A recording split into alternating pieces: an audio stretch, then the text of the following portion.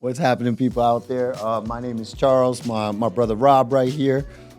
Just two guys trying to actually, share some of our history, what's worked for us, and hopefully some of the stuff we talk about today in our personal lives resonates for you guys, and the growth will come. Rob, you want to start off? Let people know how you became this badass man you are today. Oh man, don't flatter me. Don't flatter me, bro. Thanks for joining us. This is something we wanted to put together. We got a lot of history, and we get together and we have a lot of deep conversations. A lot of it's like, hey, my way I was raised, my morals, my values, and so a lot of the conversations we've had just were pretty badass. And I was like, you know what? Let's sit down and share this with some other people. Maybe they get some insight out of it. Maybe some good perspectives, some life lessons. Because I know a lot of times when I was growing up, I just had my dumbass friends that were telling me, "Oh, do this, don't do this. This is smart. Don't go work over there." And so I kind of lacked the father figure. And so for me, my dad was in the military or in the Navy. He was always out to sea. And so he would go on deployments for 8 months at a time. And so I was just kind of raised by my friends. And so I never really had what is available now, which is podcasts. And you can listen to other experts in different fields or interests. And so, I don't know, I thought we had a pretty good... On that note, though, I just want to let everybody know we are not experts. We don't have degrees, okay, in psychology. We're just trying to, elaborate on what made us unique in our own ways, but also at the same time, his story is completely different from mine, but it connects in so many levels, like even to the point of him not having a father figure in the household raising him. The streets pretty much raised him. Am I right? Oh yeah, is that what you're conveying? 100%. Yeah, and I'm the opposite in a sense. Although I didn't have a father figure, the streets raised me. And I'm sorry. Go ahead, Rob. No, you're good. Yeah, my mom was Portuguese, and so she was this like typical Portuguese mom, which if anybody knows Portuguese moms or European moms in general, they just run around and coddle you and try to run behind you with food and just baby you. And so didn't really get any like tough love there on that side. Right. It's my mom, Of course. But that's a mama's boy. Yeah, exactly. Yeah. So yeah, it was definitely the streets that raised me, and then the neighborhood I grew up in wasn't the best either. I will say though, real quick, I do got a degree. Culinary arts degree. Okay. A culinary arts degree. So if you do want some expertise when it comes to some recipes, some cooking, fine dining cuisine, I got you on that one. That I can't talk professionally on. Hey ladies, this man not only is good looking, but he could definitely chef you up some 5-star Michelin fucking meal. Hold on, let me tell you. Go ahead. If you think being a chef is going to get you some ladies, wrong. Right. It does not. This is what happens, right? Not even the big ladies? No. You can get the curvy ones? You can get attention. You can get attention, right? You can be like, girls are like, oh, yeah, cook me food. It wears off so fast. After about 2 weeks, or I would say 5 dinners, they just expect it, and then they just think it's normal. Right. And you're not like all of a sudden some fine dining chef. You're just dude at home that makes dinner. Let me put that out there. I've yet to find a woman that appreciates my cooking, or at least does after 6 months later. And then later it's just, oh, thanks for making dinner. Charles, did you say Michelin? Yeah. Sorry. Wow. I know. Michelin. Is that the shampoo? Okay. You know what? Okay, it's my Paul New York Michelin accent. That's like if I say ask, right? Most people are like, it's ask, not axe. And I'm like, fuck you. I'm from New York. I love X. We have our own language. Yeah, so raised in Virginia, right? And so wasn't the typical ghetto that you would see in like a bustling city, but it was more what suburban was ghetto. The neighborhood? Like so it was in Norfolk, Virginia was the city. Okay. And my yard, my front yard was adjacent to a shopping plaza. Okay. And the plaza itself was called Mall. Right. It was a mall, but it only had like 6 stores on the inside. That must have been rough. Like, Yeah, it was and so ghetto. They couldn't even give it a name. it was like, literally yo, just the called mall, which maybe I'll do some video editing. Maybe I'll pull it up. We'll put mall on there, a picture of it. And so there was a gay black nightclub. A what? A gay black nightclub. Okay. In that same complex. Right. And so that was full of fights and craziness every weekend. And they would always let out because in Virginia the drinking the bars can be open past 2 a.m. Okay. And so the bar would let out and it would just be chaos in the parking lot. And so that's awesome. And so that was at night. And then during the daytime, there was a plasma donation center. Right. And so a lot of homeless and drug addicts and people would donate plasma to get money because you get like $100 a day. Right. I think now that was when I grew up. So 20 years ago it was $100. So I'm sure it's probably $400 or $500 now for plasma. Right. Not sure what the going rate is. And then it changes by like if you have rare blood type. But the area, also had a lot of prostitutes that were right there on my corner. And then I was definitely the minority in middle school. High school wasn't too bad, but when you say minority, are we talking skin complexion? Yeah, skin complexion. Yeah, I was. So you were the fucking. I was a white boy. Yeah, slice of Wonder Bread and the fucking loaf. Yeah, there's a lot of. Okay. Yeah, I was the untoasted bread. Oh, I could totally. Yeah, I could totally relate. Yeah.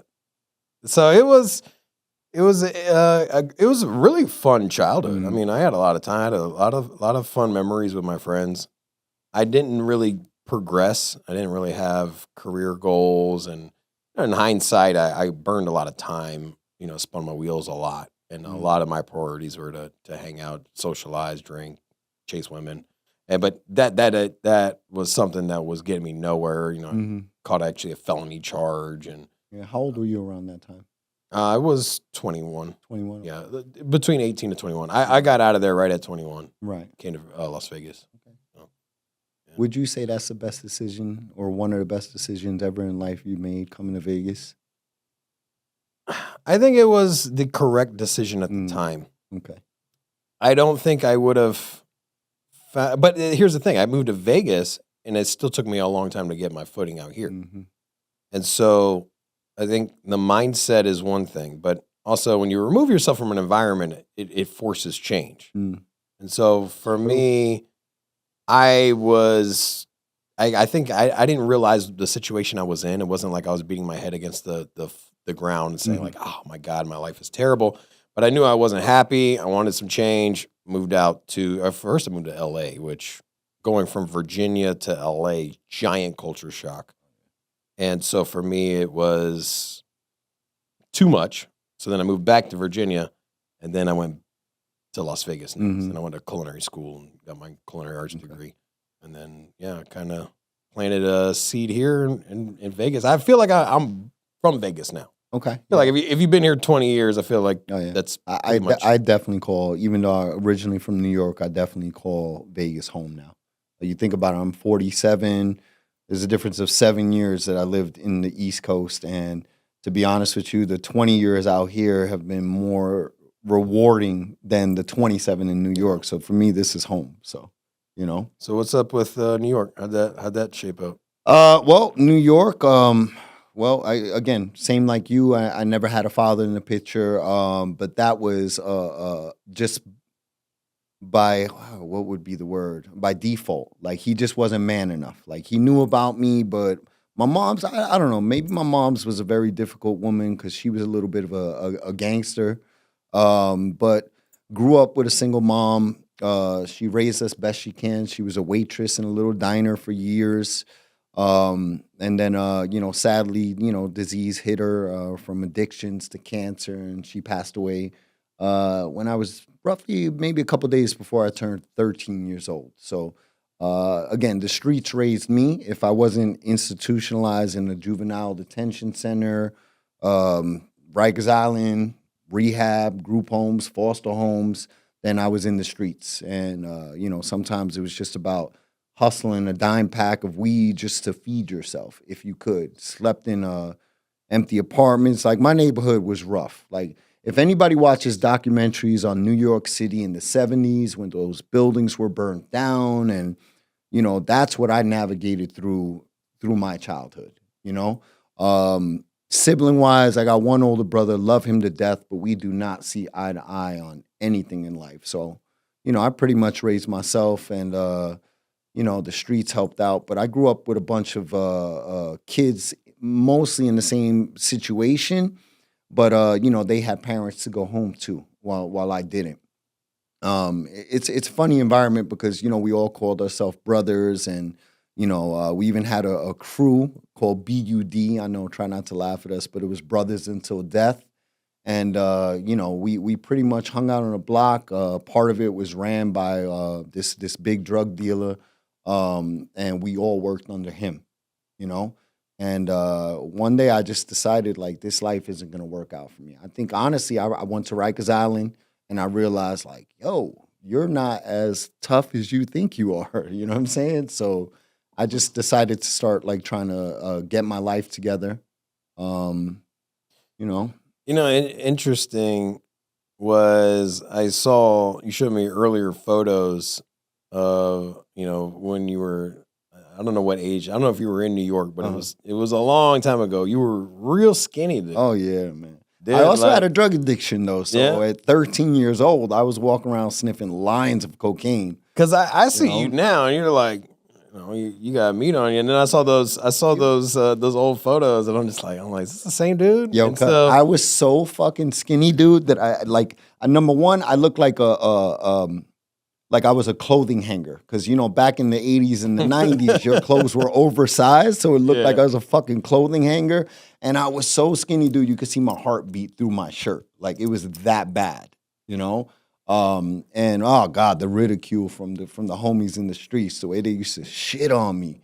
have you ever ran into them and they've seen your physical Yeah, man. change? Like they knew skinny Charlie, and now they know. Yeah. The few times that I actually bothered to walk through the old neighborhood, people were just like blown away. They're like, "What the fuck?" I mean, honestly, most people thought I was going to be a crackhead, and I mean, in all fairness, their opinion at the time was valid. You know what I mean? Like, I was heading in that direction. Don't you find it interesting that with change, and because you view yourself as a successful person now, right? Absolutely. Personal success. I yes. view you that way. But, I appreciate that, Okay. man. Thank you.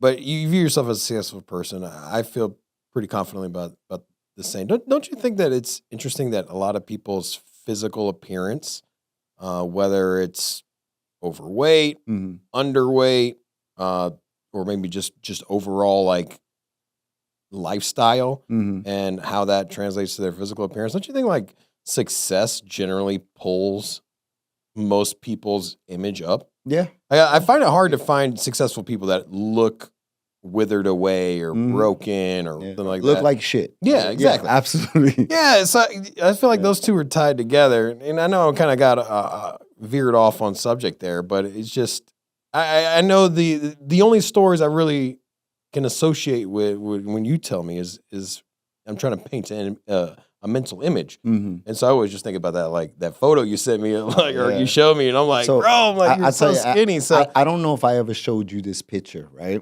And this is how stupid I was when I was a kid, because I was facing jail time, and they had me in this court-appointed program called Cases down in Harlem, right next to the Apollo.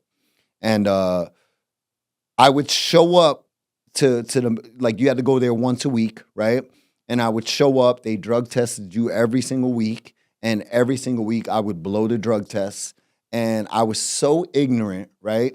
So I had gold teeth in my mouth with weed plants on it.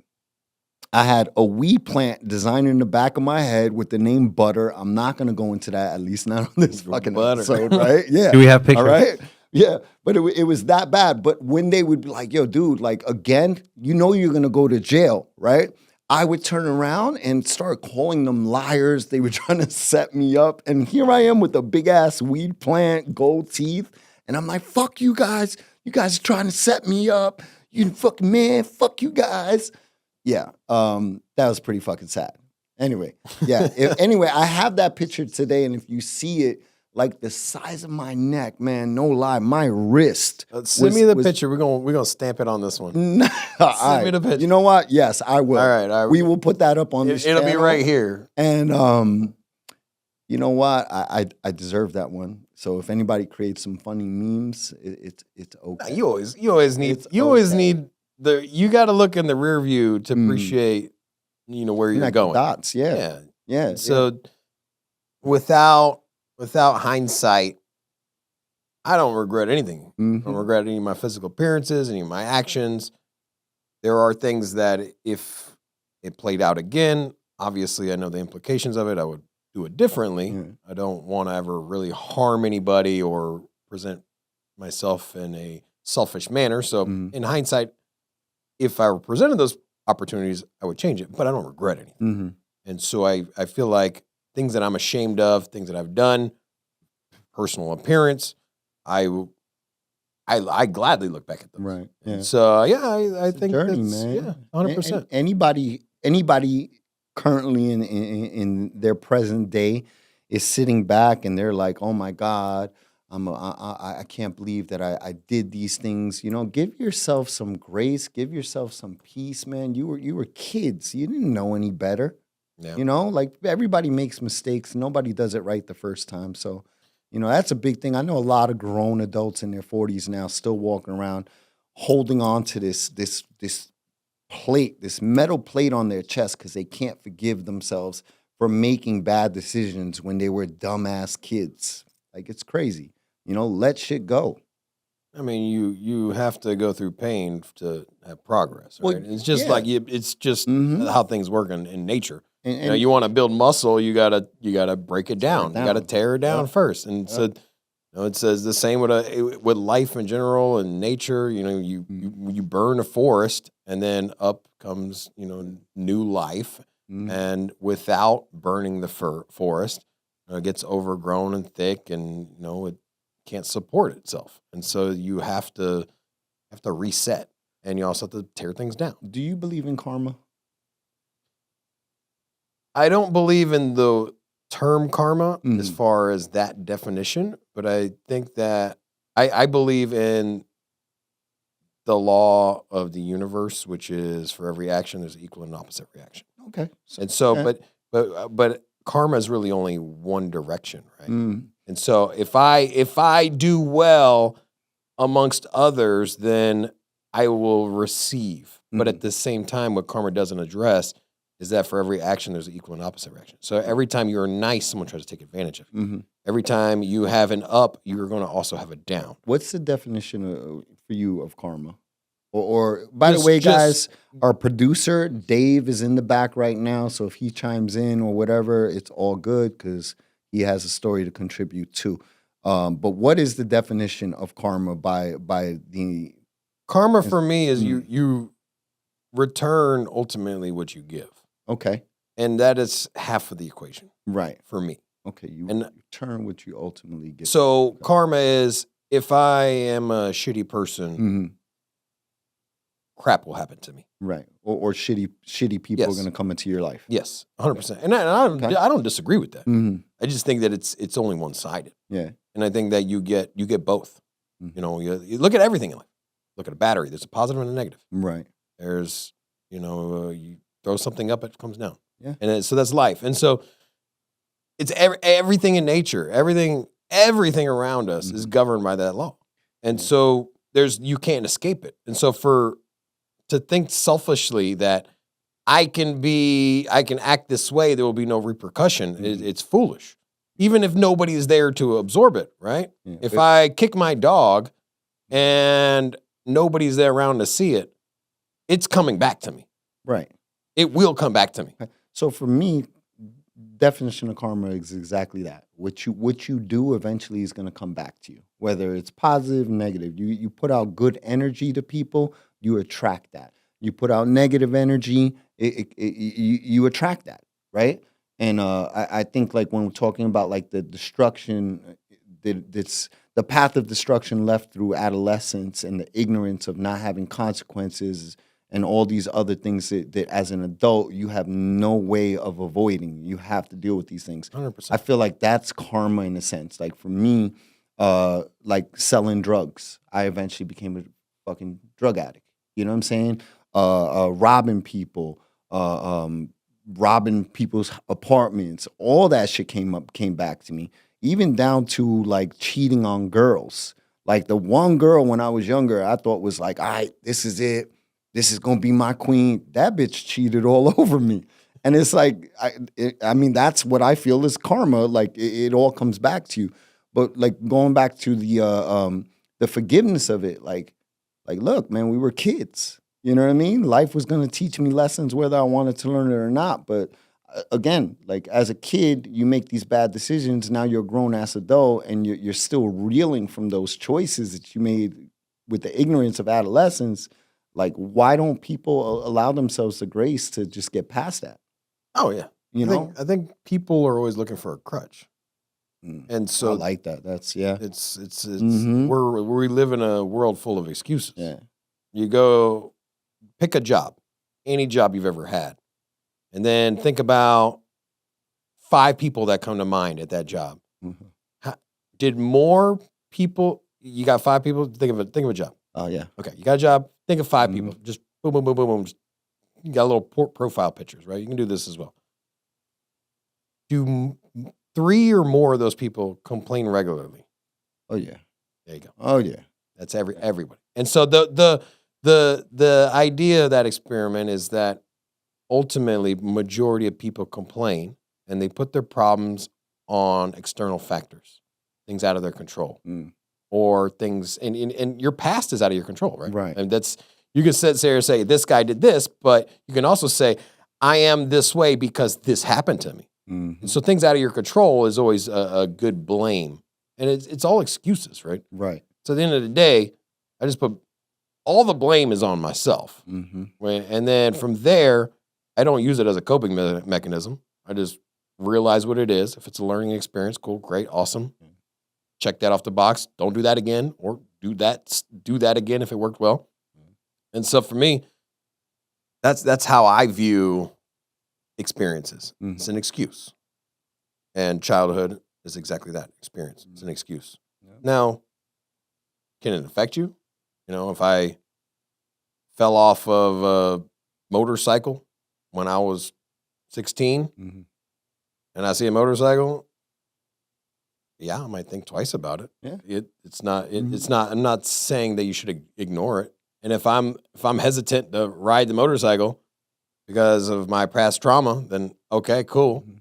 But if I need to ride that motorcycle, even if I busted ass, broke a leg, got plates in or whatever it is, if my future is going to be ultimately better by getting on the motorcycle 20 years later, You get the fuck. you up got on to that suck bitch. it up. Yep. Like, or you can say, hey, opportunity here. We'll pass you by Mhm. if you're scared and you zig past. And so that's just the way I look at it. And, you know, just once again, back to the karma thing. Don't forget, man. I noticed when I got out of the bad karma and I got to the good, people try to suck it out of me. Oh, And so there's always for all of your Shit. good actions Yeah. you give, someone tries to come in. Mhm. And so people, you might not realize it, you know, you might think about it, but you start having success, friends come back around, they're like, hey, what are you doing? No, like, you know, you're fake. Come back over here. Come hang out with us at the bar. Mhm. Come eat this food. Come to this barbecue. Let's just watch football all day. Like, I got stuff to do. Like, I got things to work Yeah. on. I got to hang out with my family. I got a business. I'm trying to make money. I got personal health goals. Like, don't fuck it up. What do you do with friends like that? Like, and it's not that they're bad people, right? It's just They're lost. they want you to be First of all, in they're not their your world. They're not your friends. Right. Okay. The people that I reference that are trying to pull you into the bar, Mhm. the people that are asking you like, why are you doing this? Like, just go keep working at whatever job you have. Mhm. Pull your 40 hours. It's safe, secure. You got health insurance. Like, don't do anything else. That's stupid. Those people ain't looking out for you. Mhm. They're scared. They're not making any moves. They're stuck at their damn job. They don't want to do anything else. They don't want to take risk. or they hate their lives. They drink. Their family's a mess. Mm. And so it's funny. The people that are giving you advice are usually stuck in whatever the hell they're trying to advise you against. Yeah. They're like, hey, I have a shitty marriage. My wife hates me. So let me talk to my friend Rob here. Hey, let's go out to the strip club. Mm-hmm. Okay, your life is shit, Mm-hmm. and you're trying to pull me in there. Okay, or you spend 5-6 days of the week drinking, and you want a buddy to come drink with you. Yeah. They're projecting their pain onto you. They're trying to pull you in, Yeah. man. Those aren't friends. Yeah. Those are just people that are And trying what do you to. do with those people? You cut them out. You cut them out. That's it. Just, That's you know it. what I'm saying? Like, I don't give a no. I don't care if it's your cousin, Mhm. your brother, if your best friend. I had a friend that I moved out here Right. with. I don't talk to him no more. Mm-hmm. There are some people that would like to do that, but they don't want to be offensive. So how would you say is like, you know, this same group of people keep trying to suck you into their drama and negativity? How would you do you just like, that's it, you block them, or do you just stop returning their phone calls? Like, what do you do? What do you feel is a safe way to do that, where, you know, people can start being okay setting boundaries with these kind of people? First, you just gotta say enough's enough. Mm. That's it. Right. You love yourself or you love the social environment. Mm-hmm. Because if you love the social environment, I mean, you ain't gonna get no return from that. Facts. You know, you'll be at the funeral and be like, man, we miss Rob, man. We threw a badass barbecue. He had a badass Sunday game day at his house. He was real funny at the bar. Like that don't what is it? How long does that last? That memory will until- fade for 2 weeks. Yep. Maybe 2 months, 2 years at most, and then don't nobody talk about you. What do they say, that you're only alive until the last person that knows you is dead, right? So it's like, what kind of what story do you want being told? Yeah. You know, not the barbecue funny guy. Yeah. So for me, you pick one or another. The social aspect, or you pick yourself. Mm-hmm. And that's it, man. The problem is that people are incapable, or a lot of people are incapable of flying solo. Mm-hmm. I think that's been broken by today's ideology. Now, I think companionship, friendship, all of these things are massively important. But at some point, if you want massive change, you just got to disappear and work on yourself. Mm-hmm. And so what does that look like for me? It means not doing any social gatherings, drinking, hanging out. If you lack a solid rock of a friend that is on the same wavelength as you are, if you don't have that person around and everyone else that you hang around with is shit and they just are not where you want to be, you just got to go solo. Mm-hmm. You got to go solo. You got to disappear, man. And it's okay. It is okay. Like, the greatest artists in the world, the greatest engineers, the best inventors, the biggest historical names, they did that on their own. Yeah. Leonardo da Vinci was not hanging out with the homies when he was painting. He disappeared into a cathedral and popped out 3 years later, and then it was like, yo, look what I did. What the fuck I did? Yeah. And, you know, the same thing with, you know, CEOs and for me personally, I just cut out the association. I go to the gym, I put my headphones on, I do that. Then I work on whatever else I need to work on. Goal A, B, and C. What's the first steps? That's it, man. And people are just so terrified of cutting out their friends and flying solo. It is probably the most rewarding thing, is to be accomplished without anyone else's help. Mm-hmm. It's crazy. Just remove everything and get some shit done. And I'm not saying that like abandon shit. Mm-hmm. You got a family, that's cool. But just, you know what? Kiss the wife, say, hey, I'll be back. I got some stuff I got to handle. But even then, family can be just as negative and try and pull you out of that, because they don't understand what you're trying to accomplish. From a man's perspective, Mhm. from me, they need to understand I need to go out and get things done. Right. I need to provide dinner. I need to be the head of the household. So I can't speak for a woman's perspective, but from a man's perspective, for me, I have no problem disappearing. And maybe it's my dad being in the Navy, Mm-hmm. And I think the military embodies that, right? Right. I'm going out to war. I'm going out to provide for a family. Mm-hmm. This is my duty, right? I'm going out, making the money, providing. And so if I'm not in the military, I got to do the same thing. Because if I'm at home and I got my kids in my lap and I'm hanging out with my friends, I can't get it. I'm not going to build anything. Mm-hmm. So I gotta close the door. I gotta close the front door. Yeah. Kiss the wife goodbye, close the front door, go get it. Mm. And then come back home, and then open the door. Hey, honey, I'm back. Yeah. And if they don't believe you, then Yeah. So I like I said, I grew up in a neighborhood of like we used to hang out with 40 kids, and my older brother was part of that. I always wanted to be like my older brother, and I wound up becoming worse. Like when it came to hanging in the streets, going to jail, and all that stuff. I mean, I'm sure and I'm secure when I say that I exceeded him in all those categories. But when I got my stuff together and I wanted to leave that neighborhood, it was met with a lot of negative comments, right? And what I realized was nobody really was going to be around when I was trying to pull myself out of that. Everybody was still going to be on that same block doing the same thing. So when I left New York to come to Las Vegas, and I started piecing things together, even though, like Rob said, it took a minute, out here in Vegas.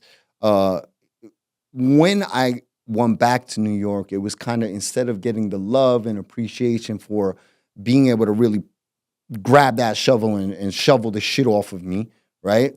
It was met with a lot of negative energy, right? Everybody had a slick comment. Oh, I'm just joking. No, you motherfuckers are being serious, and that's because you hate your life. But this little guy that we used to pick on, and he was the little man, and we used to send him on errands. This dude, now, he doesn't look like a crackhead. All the girls that we're trying to talk to think he's cute, right? He has his shit together. He's talking about credit scores. Like, they don't even know what their credit score is, right? And it was met with a lot of, like, negative energy, whereas at the backside, they'd be like, you know what I'm talking about, family. Like, yo, family is my wife said this to me the other day, that she thought it wasn't the best idea to call people family just because we hang out. She's like, it should be more like chosen family, because you invest whatever free time you have with these people. So it should be with the people that uplift you, right? I hang out with Rob, and, me and Rob have went in separate directions for whatever reasons for a while. But again, coming back because Rob's got a positive message. He's about his business. Like, why wouldn't I want to be around somebody like that as opposed to the people that are in the bar all night? Like, I'm trying to get up and go to the gym the following morning. They're like, come on, just one drink. Well, if you really supported me and my health journey, and you supported my friends who are over here trying to build businesses and take care of their families, why would you want to drag somebody back into that scene when they're being very clear with you and drawing a boundary, right? Which is crazy because most people you set a boundary. If I set a boundary with Rob's just going to be like, okay, I respect that. As opposed to a group of negative people, they're going to think it's an attack on their character. Oh, Rob thinks he's too good to come hang out with us at the bar. Like, oh, Rob now, he's changed and all that. And it's like, or Charles thinks he's he's the shit because he lives in Vegas now. Nobody knows the journey that either one of us had to go through when we were by ourselves, right?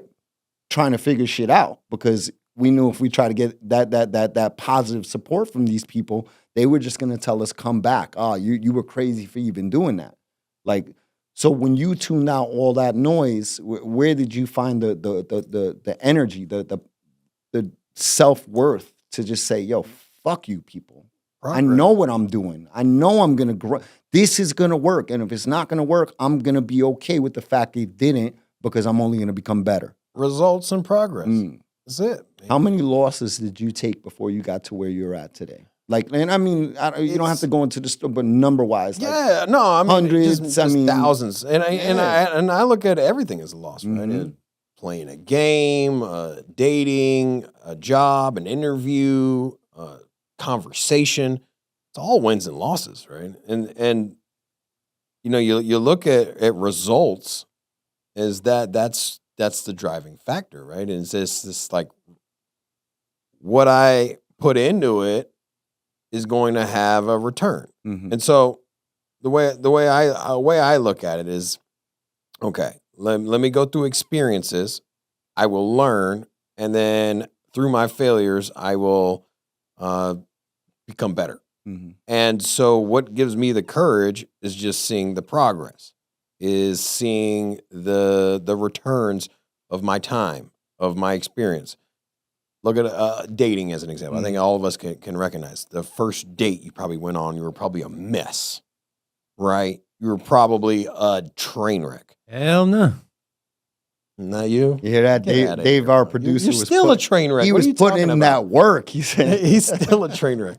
So the track record is exactly that, Mhm. right? You look back, you were a train wreck, you had no game, then you got better at it, right? Then you started becoming smoother. You know, you got some experience, you made out a couple times, you know, smashed a couple times, whatever it is. design butter in the back of your fucking head. Yeah, Smooth. exactly. Yeah, the back end. So eventually you start reaping the rewards Mhm. of perfection. You start getting at it and you start saying, okay, and maybe a lot of this is subliminal, but you're like, okay, I don't talk to women that way. Otherwise she's going to not call me back. She don't want no parts of me. So I'm going to act this way and I have a better chance of getting the prize, right? Or getting her attention. It's no different than anything else you do in life. And so work is the same. If you start getting better results because you work harder, it's not a crazy formula here. You just worked harder and you put in more effort and you got more out of it. Yeah. And so for me, that's exactly how I look at life. Mhm. And it's like what gave me the motivation to say this is working was just the repeated return of feedback. And that if I tried it once and it didn't work, I tried it twice and it didn't work, tweak, and then eventually I got it to work. Yeah. It's no different than anything else in life. When you're working out, you know that like, hey, if I lift this weight, maybe my technique's not proper. But if I just hit the gym every single day, the results will come. Something good's gonna come out of it. Yep. And if you ask somebody like, hey, you know what? Like, what gave you the motivation to keep working out? The results. Mm-hmm. And so that's the law of the universe is that the more you put into it, the more you're going to get out of it. And so if you want to have change in your life, you want to be a successful person in your career, in your family, with your lady, with your whatever it is, you just got to have the repetition. The results will come and you learn from the results and you improve. Yeah. I think when talking about like taking care of yourself in the earlier part of this conversation, when Rob was like, you know, the people that are really skinny, they look worn out, or the people that are not healthy, you know, having a sense of a health regimen in your daily life, it really leaks into all other parts of your life. You're going to be able to not only attract people because they're looking at you and they're like, man, that person has some dedication and some discipline in their lives. And people want to be around that. They don't want to hang out with the person that looks like they're not going to put an effort into a friendship, a relationship, work. You know, it's sad that that's what it translates, but there's a truth to that, right? Like if you're not taking care of yourself, I'm hiring somebody. yeah, like you don't want to hire somebody. You come in massively out of shape. Yeah. But that's and like I want you to run my business. That ain't gonna happen. So in the gym, right? If you're working out in the gym and you're like, oh man, I really need to learn some stuff, maybe I should hire a trainer, right? And you're walking around, you're looking at the trainers there, and half the trainers are in worse shape than you. Who cares about what maybe they read or what degree they have? They're walking around as the bad example. You want somebody that's going to lead by an example. I mean, would you hire a trainer that's out of shape? No. So it's the same thing in any Anything like- parts of your life. Like You go to buy a Lambo and the salesman pulls up in a Toyota. facts. Like, well, I ain't gonna buy that. Yeah, Not from you. And it is nothing wrong with a Toyota, right? Nothing wrong with a Toyota. You leave Toyota out of this. Huh? Say, You leave Toyota out of this. oh, okay, fine. But there's nothing wrong with the car you drive. It's really about how you present yourself, right? And the fake it to make it, that can only last but so long. And nobody's gonna fall for that shit during the long term. You eventually run out of the lies or the perception. People eventually get to see through that shit if they stick around long enough, right? And I think when it comes to just any kind of relationship, including your friends, if you're hanging around these negative people all the time, it's time to move. You know, because obviously they're not giving you, they're not projecting what you're trying to accomplish. They're not giving you that same energy back. And when you send that energy their way, they're gonna shit on it. But They're you not gonna find an know what to do with opportunity. it, You find an you know? opportunity to find somebody that is a solid, rock solid friend. Like you better hold on. Hold on to it because there's very few of those. Because a lot of those people also don't have the patience either. Very- like Yeah. I got very little patience. Mm-hmm. And so if I'm hanging out with somebody and they're like, hey, I want to do X, Y, and Z, I want to change my life, whatever it is. Cool, yeah, let's get it. Come on. Mm-hmm. You want some insight? You want to come hang out with me at the business? Like, you want to go make money? Like, what do you want? What do you want to do? Like, I got very tight schedule, but I will cut some time out for whoever it is. You made a mention in last time we got together. You used this analogy in the kitchen, right? For those of you, like I said earlier, Rob worked in one of the top restaurants in Las Vegas, Guy Savoy, which is, I mean, top of the line. I mean, we're talking top 2 restaurants in the entire city of Vegas, which has amazing dining. But Rob made a comment where it's like, if you are the new guy coming in, you're filling out, how did you say that? Filling out the W-2 as opposed to the person coming in, I just want to be. Oh, yeah. So, especially in fine dining and Michelin star restaurants, hard to get your foot in the door. Mm-hmm.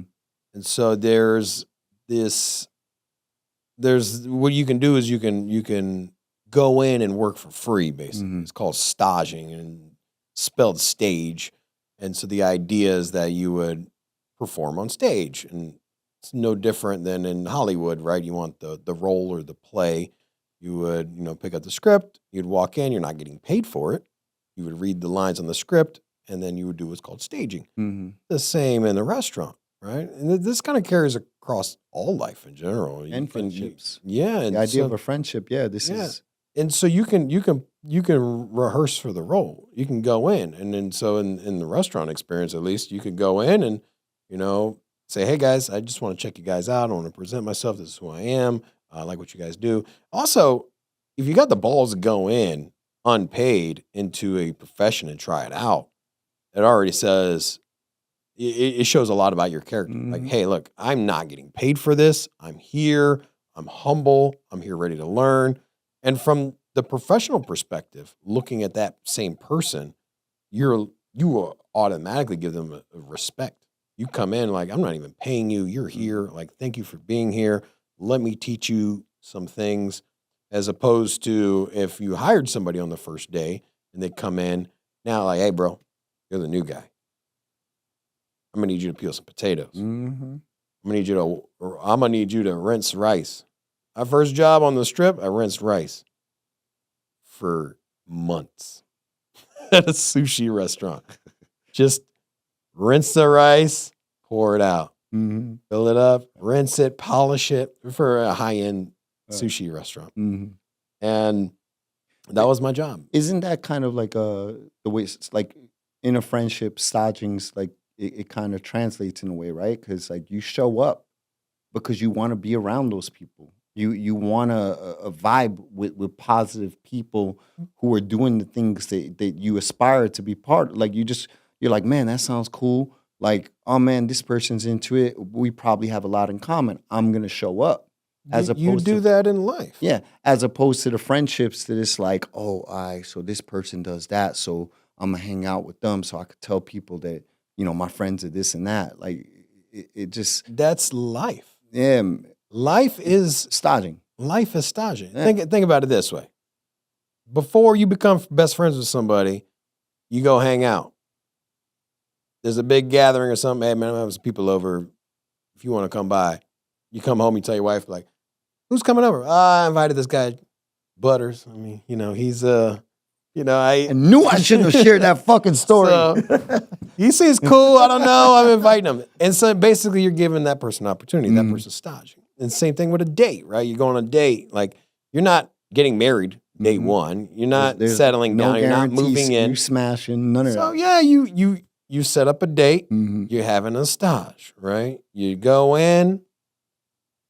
You're test driving, right? Hell no, that's you life. it ain't no stage. You paying for that date. Well, now we know how Dave got to But your time is also money. Now you go to stage. I mean, you could be doing X, Y, and Z. You could be out here driving Uber. You could be getting it, starting your own business. Trading, whatever you got going on in your life. You're giving that up, right? You're showing up for 8 hours. You're getting there early. You're trying to figure out how to get there. You've already communicated with the management team. You already spent 2-3 days. You've already done research on the place. And that time is way more valuable than the money. And so even if in the dating perspective or analogy, yes, you're paying out of pocket for the dinner, for the drinks, but you're also paying for the other stages. You're paying when you go to hang out with friends because your time is money. Those are both interconnected. You can exchange one for the other at any point in time. I can go grab a sign and stand outside of a pizza restaurant and just out there on the street. I will get paid for my time. Same time, I can, it works the other way around too. I can give someone my time, get money, or I can give people my money and I can receive their time and have a housekeeper come by. If I don't have time to clean my house, I can pay her money. She can get that done. It frees up my time. So time and money are interconnected. And so I would say stage, but make sure it's something that you're interested in. I wouldn't go stage at a strip club. Like I have no interest there. I think the places. Wait a minute, what's wrong with the strip club? Those places are disgusting, bro. I'm talking shit. It's absolutely disgusting. Yeah, I have no desire being into. Don't sit on my lap. Don't get me all like my feelings and she's over here sitting on some other dude's lap right next to me, and he's all sweaty and out of shape and just looks gross. And then she gets up and then sits in my lap, and I'm like, no, please. If you're ever in Green Bay, Wisconsin, do not go to the one strip club they have out there. Oh, sounds terrible. Well, what's the name, Dave? And I mean, what made you feel that way? I plead the fifth. Oh, okay, fair enough. It's probably like the cheese herd or something. There was a story that you brought up, going back to like relationships and friendships. I believe the guy's name was Carlos. Yeah. You met him when you were working drive-thru of El Pollo Loco, right? Yeah. So I did work at Pollo Loco briefly. That was after the 2008 financial crisis. And so fresh out of culinary school, didn't really have much experience on fine dining. I did it in the restaurant experience. So I was at my first fine dining gig. That went under. And then because of the housing crash and the economy, 2008. Yeah, 2008. Like And so I got laid off because, I didn't have any experience. I was just that fresh out of culinary school. So anyways, went back to my roots. I worked at fast food before I got my culinary degree. So I got a job at Pollo Loco. I was out there just grinding, getting it. And then I found a buddy that was going through the drive-thru. So you would always wear the headset. And my buddy Carlos, he would come in and get some tacos every day. But you didn't really know him prior to that. No. A regular customer. I tried to just make the most out of my day. Even if it's a crappy job like, working at a drive-thru in a fast food restaurant, having a culinary degree, I still kept positive attitude, whatever. It's going to grind, I'm going to get it, do the best job possible, have a good time. So you got an intercom at the little drive-thru, sitting here chit-chatting with all of the people that come through. And yeah, guy Carlos keeps coming through. He's my buddy. He's over there regularly. And one day I was just kind of irritated. I don't know what it was. I can't even tell you, but not in the best mood. He pulls through. You know, maybe I was on the intercom like, yeah, what kind of tacos you want? Okay, for sure, yeah. Or all right, pull around. I don't know. Maybe I was just bummed out sounding. He pulled up to the window and he's like, my man. He's like, what's going on? Right. He's like, you all right? He's like, normally you're like positive and the vibe is fun. And I was like, Carlos, you know what? I don't know what it is. I was just like, not having a good day. You know what? I got a culinary arts degree. I was working on the strip. I got laid off. I'm here. I ain't vibing with it today. I got the intercom speaker going. I'm over here just getting sub-minimal pay, not happy about my job. And, you know, even on a side story, I'll finish this story real quick, but just to put perspective to how Pollo Loco felt. My mom. Be careful. I still like to eat Pollo Loco, bro. So don't shit on No, I'm not going to shit on it. They got good chicken there, by the way. So they get whole chickens, marinated. Juicy. Real good. So my mom, she always called me a chef. Even now, I haven't worked in the kitchen in like 8 years. Right.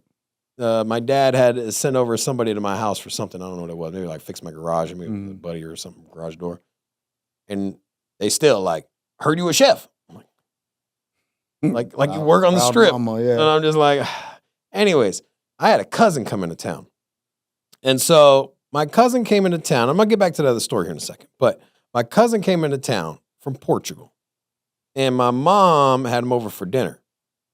And my mom told me, prior to me sitting down, that I work on the strip as a chef. And I was like, huh? And then it was just like, she was just like, please. I told him you work on the strip as a chef. Right. Just go with it. Was this the time you were working at Pollo Loco? Yes, I work at Pollo Loco. I am not a chef. I'm laid off. There's a degree. There was 100%. 100%. Like I'm at your back. I won't even mad about that. I won't even mad about that. But this is where it get interesting. I sit down at the dinner. My mom like blah blah blah. Chef.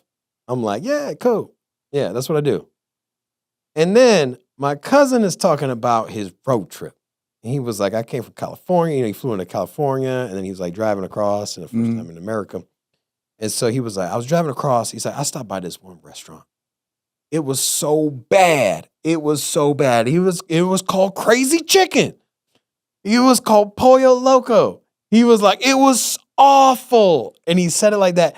And I look over at my mom. And she is sweating. I hate you. She is sweating. And she's got her eyes wide. And she's like, she just shakes her head no, like. And the shame I had, bro. Oh, God. Like, I wanted to melt into my chair. I was like, my mom is disappointed. This guy hates chicken. I was melting in my chair, bro. He said he hated the Crazy Chicken. Yeah, he was translated. You know, Portuguese and Spanish kind of similar. So it was the first of all, I had a very bad taste for my parents steered me into being into culinary arts. They always told me, you want to go to the culinary arts. You always wanted to be a chef. Not really. No. You always wanted me to be a chef. I maybe have been curious about it or whatever. Anyways. So that one hit hard, man.